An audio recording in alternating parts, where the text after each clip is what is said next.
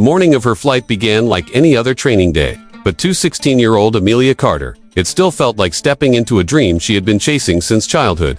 The sky stretched wide and endless over the small airfield, a clear blue canvas streaked with wisps of white. The light breeze carried the faint scent of jet fuel mixed with fresh-cut grass, and the distant hum of propellers blended into the steady rhythm of her heartbeat. Amelia had been working toward this moment for months. The hours spent studying flight manuals, memorizing cockpit layouts, and practicing in the simulator had all been leading to more real time in the air. Today's lesson was supposed to be routine, a series of takeoffs, turns, and landings under the guidance of her instructor, Captain Reeves, a calm, meticulous man in his mid-50s with over 12,000 flight hours and a gentle but firm way of teaching. She had met Reeves at 8 a.m. sharp, and together they went through the usual pre-flight checks. Amelia took the process seriously, walking around the small single-engine Cessna, running her fingers along the wings to feel for any irregularities, checking the fuel caps, the tires, the flaps, and the propeller blades. Reeves watched quietly, from a few feet away, nodding at her methodical pace. "You've got the instincts, kid," he said, handing her the clipboard once she'd finished.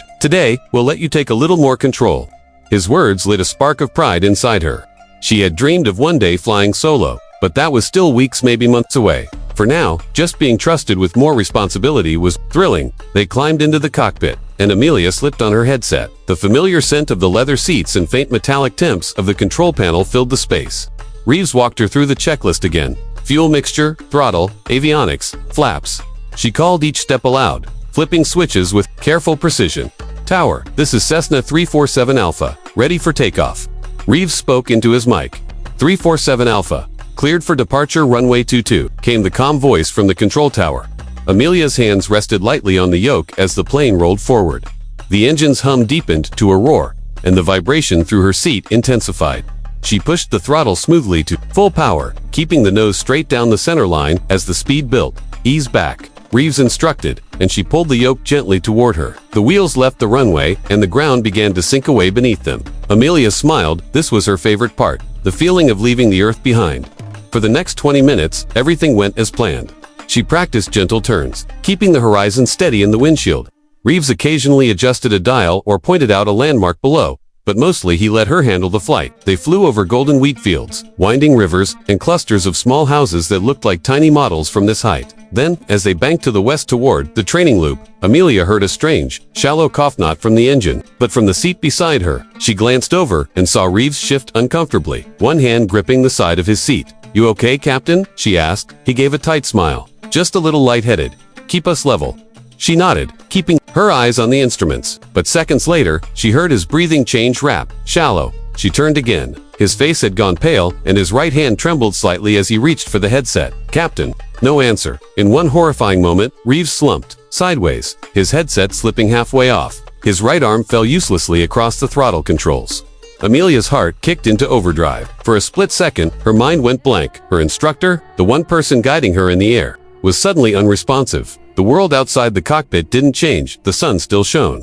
The field still rolled beneath them, but inside, everything tilted. She could hear the drone of the engine, the soft hiss of air past the windows, and the pounding in her ears. Her hands instinctively tightened on the yoke, keeping the wings level. She reached over and shook his shoulder. "Captain, can you hear me?" Still nothing. Her training came rushing back in fragments. "If the instructor is incapacitated, you become the pilot in command." The words sounded absurd in her head. She was 16. She had maybe 25 hours of flight time. And now she was alone. In the sky, she took a deep breath, trying to keep her voice from shaking as she keyed the mic. "Tower, this is Cessna 347 Alpha. My instructor is unconscious. I repeat, my instructor is unconscious. I need help." Static crackled for a moment before the controller's voice came back, suddenly sharper. 3-4-7. Alpha, confirm you are the sole pilot on board? "Yes, I'm the only one. I'm a student pilot. Please tell me what to do."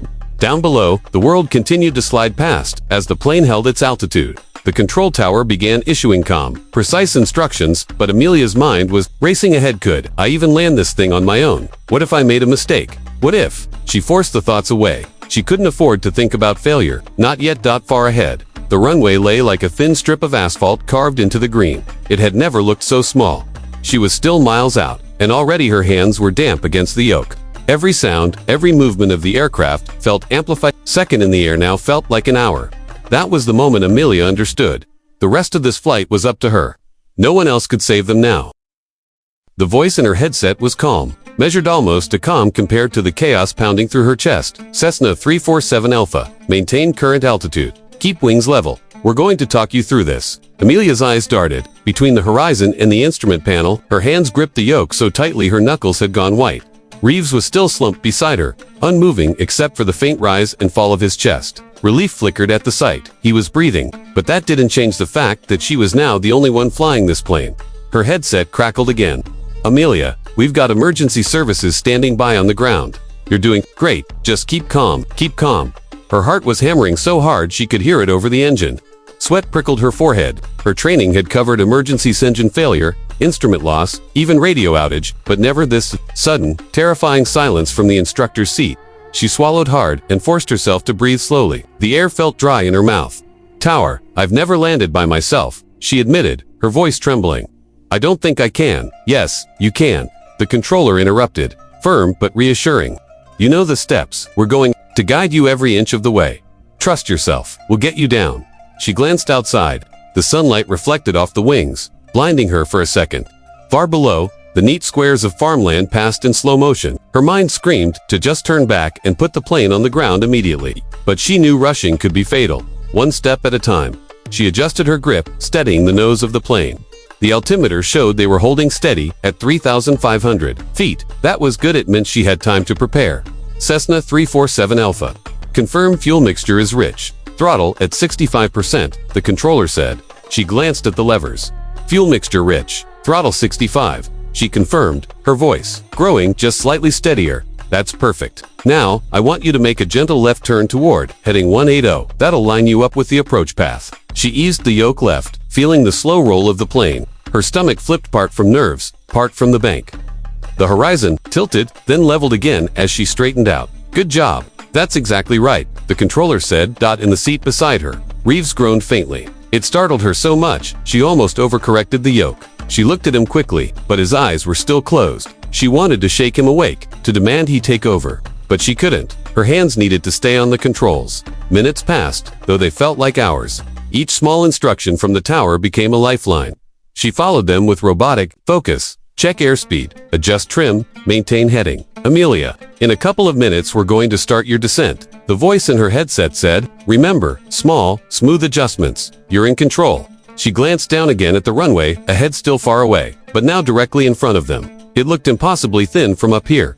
Tower, what if I mess up? She blurted out. You won't, came the instant reply. You've trained for this. Just listen to my voice and do exactly as I say. You've got this. She bit her lip, forcing down the rising wave of panic. Her hands were still slick with sweat, but she noticed something. She wasn't shaking as much as before. The controller's voice came again. All right, begin reducing throttle to 50%. Lower your nose just a little. We're going to descend to 2,000 feet. She nudged the yoke forward gently, feeling the subtle drop as the plane began to sink through the air. Her ears popped. That's perfect. Keep your airspeed between 70 and 80 knots. You're doing really well. The reassurance helped, but in the back of her mind, another thought screamed louder than anything. One mistake and we crashed. As they descended, the details of the ground became clearer, the roads, the parked cars, even people moving far below. It made the reality of the situation hit harder. This wasn't a simulator. There would be no restart mission button if she failed. Her breathing quickened again. She was seconds from freezing up when the tower spoke. Their tone steady but urgent. Amelia, I need you to focus on my voice. Nothing else. Forget the ground. Forget everything outside. It's just you, me, and the plane. Understand? Understood, she said, forcing her eyes back to the instruments. Good, you're lined up perfectly. Keep descending. Once you reach 1,000 feet, we'll set up for final approach. The altimeter's needle inched downward.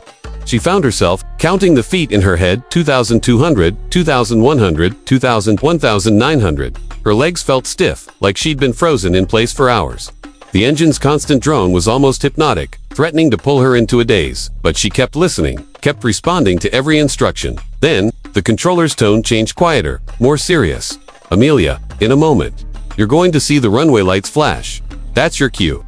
Once you do, bring the throttle back to idle and start flaring just before touchdown. She nodded instinctively, even though he couldn't see her. Tower, what if she started to say, but then stopped herself. There was no point in voicing her fears now. Her eyes flicked outside. The runway was growing larger, more defined. She could see the white paint lines, the numbers, even a few emergency vehicles parked off to the side.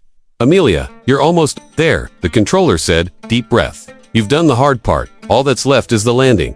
Her throat tightened. The hard part. That was debatable. She'd just flown for nearly 20 minutes without her instructor. But now came the moment every pilot feared, getting the plane back on the ground in one piece. Still, as much as her body trembled, she felt something shift inside her. Panic wasn't gone, but it had been forced into the passenger seat. Determination slid into the pilot's chair. This was it.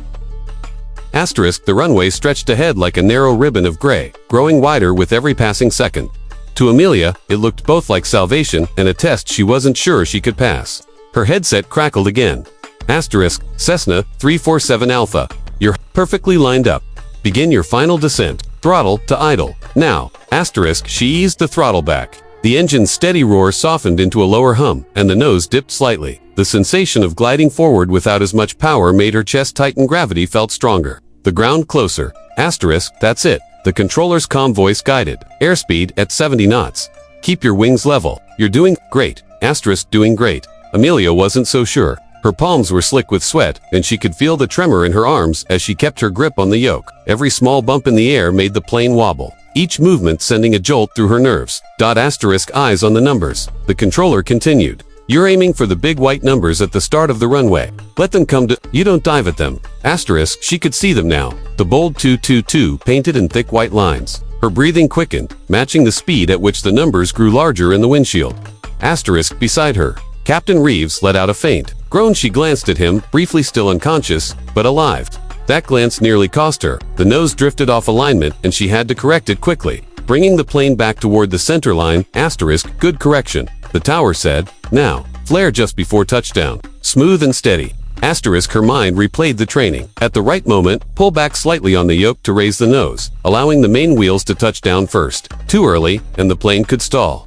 Too late, and she'd slam into the runway. Asterisk, the ground surged closer. 500 feet. 400. 300. Amelia's grip tightened. Asterisk, the voice in her headset softened, but carried a firmness that demanded focus. Almost there. Amelia, you've flown perfectly so far. Just keep it steady. Asterisk, at 200 feet, she could make out details she'd never noticed during lessons, the cracks in the asphalt, the shimmering heat rising from the surface, even the glint of an ambulance's windshield parked off to the side. Asterisk, you're going to make it, she told herself. You have to. Asterisk, the runway threshold swept under the nose. She began to gently pull back on the yoke. The nose lifted slightly. The sink rate slowed. Asterisk, then dash thump. The main wheels touched down. Asterisk, the moment was surreal. 1 second she was in the air. The next she was rolling on solid ground. But there was no time to celebrate. She still needed to keep the nose wheel down smoothly and bring the plane to a stop. Asterisk, ease the yoke forward. Gently, the tower instructed. Asterisk, she complied, feeling the nose wheels settle onto the asphalt. Her right foot pressed lightly on the right rudder pedal, keeping the plane centered. Asterisk, now brake smooth pressure. Not too hard. Asterisk, she applied the brakes, and the plane slowed. The roar of the wind faded, replaced by the low rumble of tires on asphalt. The end of the runway was approaching, but the plane was slowing fast. Asterisk, and then silence. The Cessna rolled to a complete stop. Asterisk, for a moment. Amelia just sat there, frozen, her hands still locked on the yoke. The engine idled quietly, as if nothing extraordinary had happened. She could feel her heart hammering against her ribs, each beat reminding her she was still alive. Asterisk, Cessna 347 Alpha. Congratulations, the voice in her headset said warmly. You just landed that plane on your own. You're safe. Asterisk, the words barely registered. It wasn't until she heard the sound of sirens approaching from the taxiway that the reality hit her. She'd done it. She had actually landed the plane alone. Asterisk, the emergency vehicles pulled alongside the aircraft. A medic climbed up to the cockpit, opening the door and leaning in. You okay, sweetheart? He asked gently. Asterisk. Amelia nodded, her voice barely above a whisper. I think so, but she gestured toward Reeves. Asterisk, within seconds. 2 paramedics were lifting the unconscious instructor out of the right seat. She heard them confirm that he was breathing and had a pulse. Relief washed over her in a dizzying wave. Asterisk, another ground crew member helped her out of the cockpit. Her legs felt like jelly, but the moment her sneakers touched the solid pavement, a strange mix of exhaustion and exhilaration surged through her. Asterisk, she looked back at the small plane, sitting quietly at the edge of the runway. It seemed almost innocent now. Nothing like the terrifying challenge it had been minutes ago. Asterisk, a group of people stood near the hangar, some clapping, others simply watching in stunned silence. Word of what had happened must have spread quickly. Asterisk, one of the tower controllers, a tall man with graying hair, jogged over? Amelia Carter. She nodded. I was the voice you heard up there, he said with a smile. You did incredibly well. You stayed calm, you followed instructions, and you brought that bird home safely. That's something even seasoned pilots struggle with in emergencies. Asterisk, her cheeks flushed. I didn't feel calm, she admitted.